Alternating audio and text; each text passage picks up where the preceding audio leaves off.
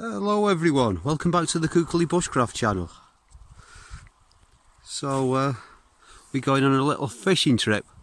So you see Eliel, the little one in front, and we've got Nelle, who's one of our guides who want us to go ice hole fishing.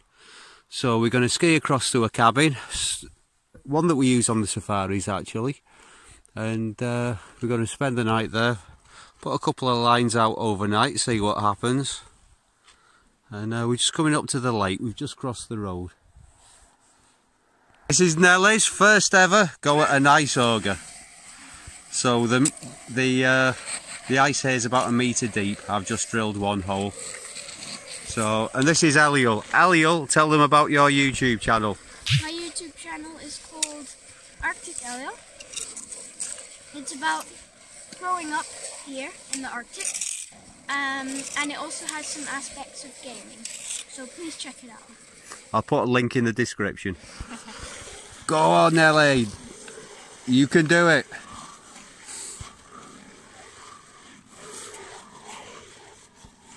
So the rivers are opening up, they're becoming not quite safe to fish on, but yeah, plenty of ice here. We're going to be safe for a while.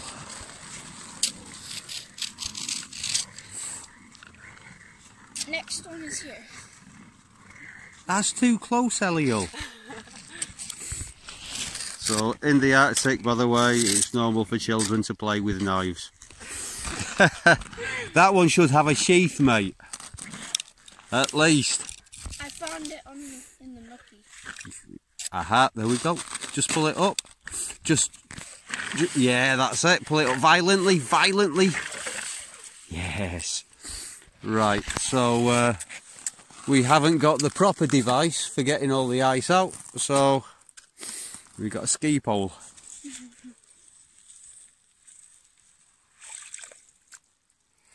And maybe shift the stuff around the top a bit.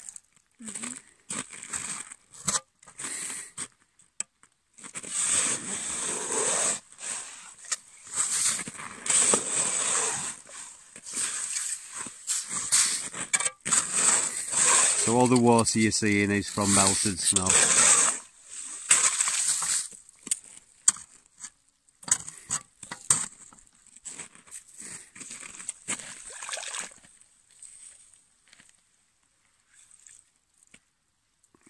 What are you hoping to catch? A shark or a whale. Well, I'd like to catch a trout. The closest thing to a shark you can get here is pike. Yes, which is exactly what we're most likely to catch in this lake. There's lots of pike here. And whale, because they're so big. How many whales can there be in this lake? It's quite a big lake. Maybe there's a few.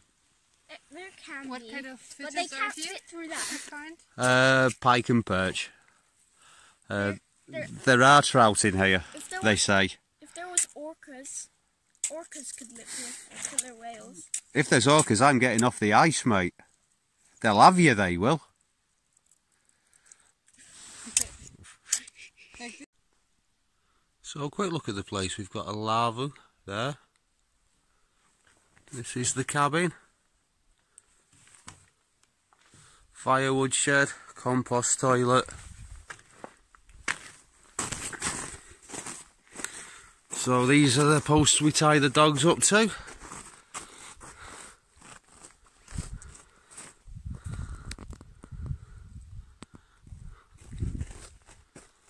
And that's the lake.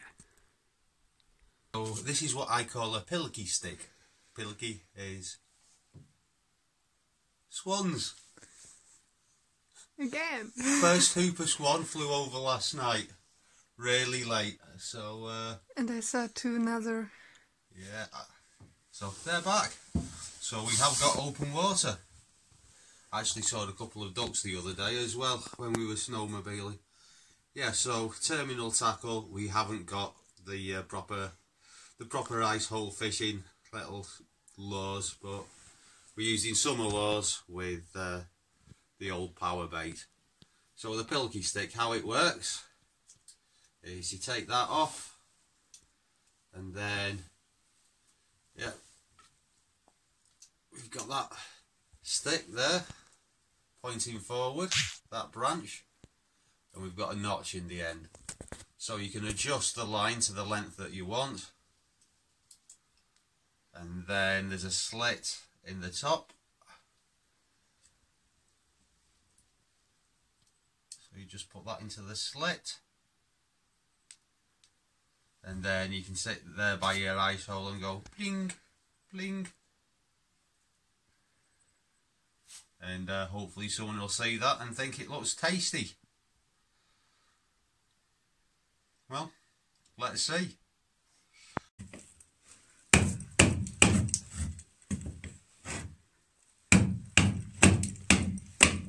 Okay, that should do. That should do.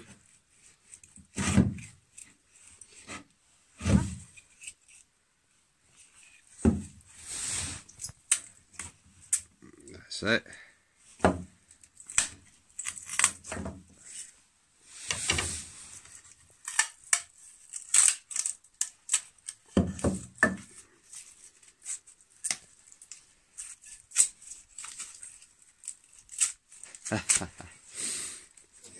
Precious birch bark. Okay. And now? Right.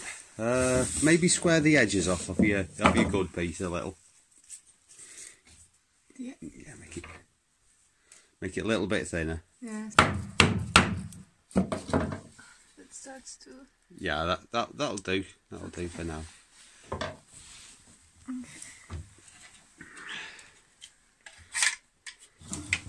And then you say it?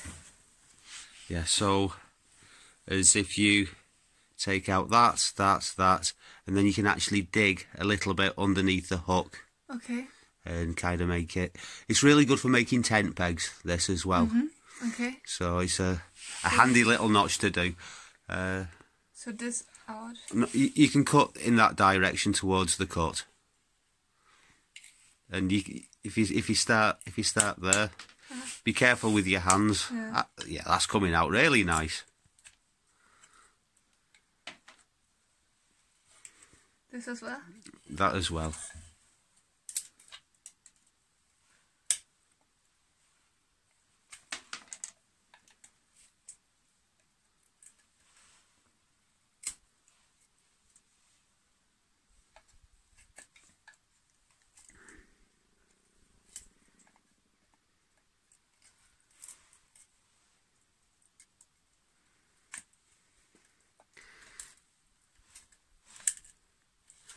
The only thing I know how to say in Swedish is Var är min morrekniv? Where's my Mora knife? Important. Yes. Okay. A Swedish girl taught me that, and the next Swedish people that I met were two guys who worked for Morrekniv.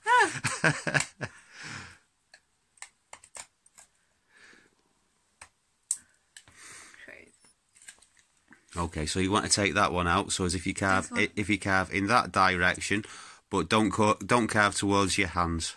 Yeah. Yeah. So this or like this. Yeah, if you hold it like this, yeah, or better still, if you put it in a crack in the floor, and then push down. Yeah, you can actually split it out. Yeah, like that. Just give it a tap with the baton. The Morrekniv obviously isn't going to take the same kind of beating as the other one. Yeah, just tap it down with that.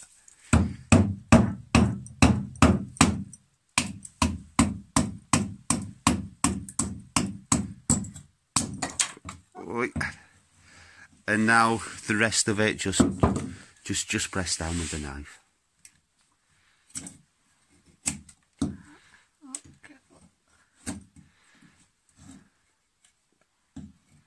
Hang on, wait. I'll. Okay, so your other hand goes behind. Yes, and your fingers go behind the blade. Yeah, and you can push with your fingers, or you can use your fingers as a pivot.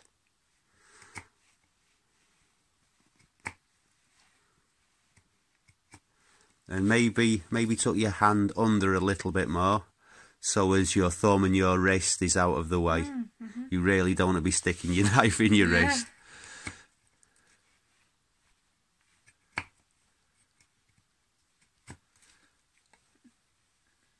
How was your Pilki stick? That's my stick. So, how much time do we need? Yeah, just keep going, and you can try at different depths. Yeah. Remember, the ice is about 1 metre. So, and where you're going to want to be holding it is over the line when you're fishing. So, well, let's have a closer look. Right. Right, there we go. So we thought, rather than cut a bit off a tree, we had a cabin full of firewood, so we made something slightly different version. Okay, have you used one of these before? No. Right then. So you're gonna need this. Okay. Yeah, we'll do it here and then transfer it over to the fire. Okay. No. Keep the blade closed. Oh, okay. Keep the blade closed, and You just wait a second, and I'll give you a quick explanation. That's good. You see, there's one side that's silver. Yeah. Yeah. It's because it's got a black protective coating on it. So once that's scraped off, then you can get sparks and shavings.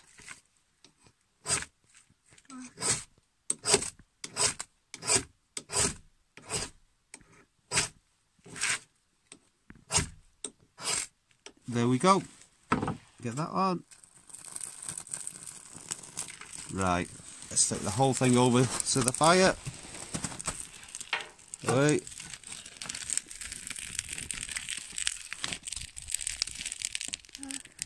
Open it up, open it up.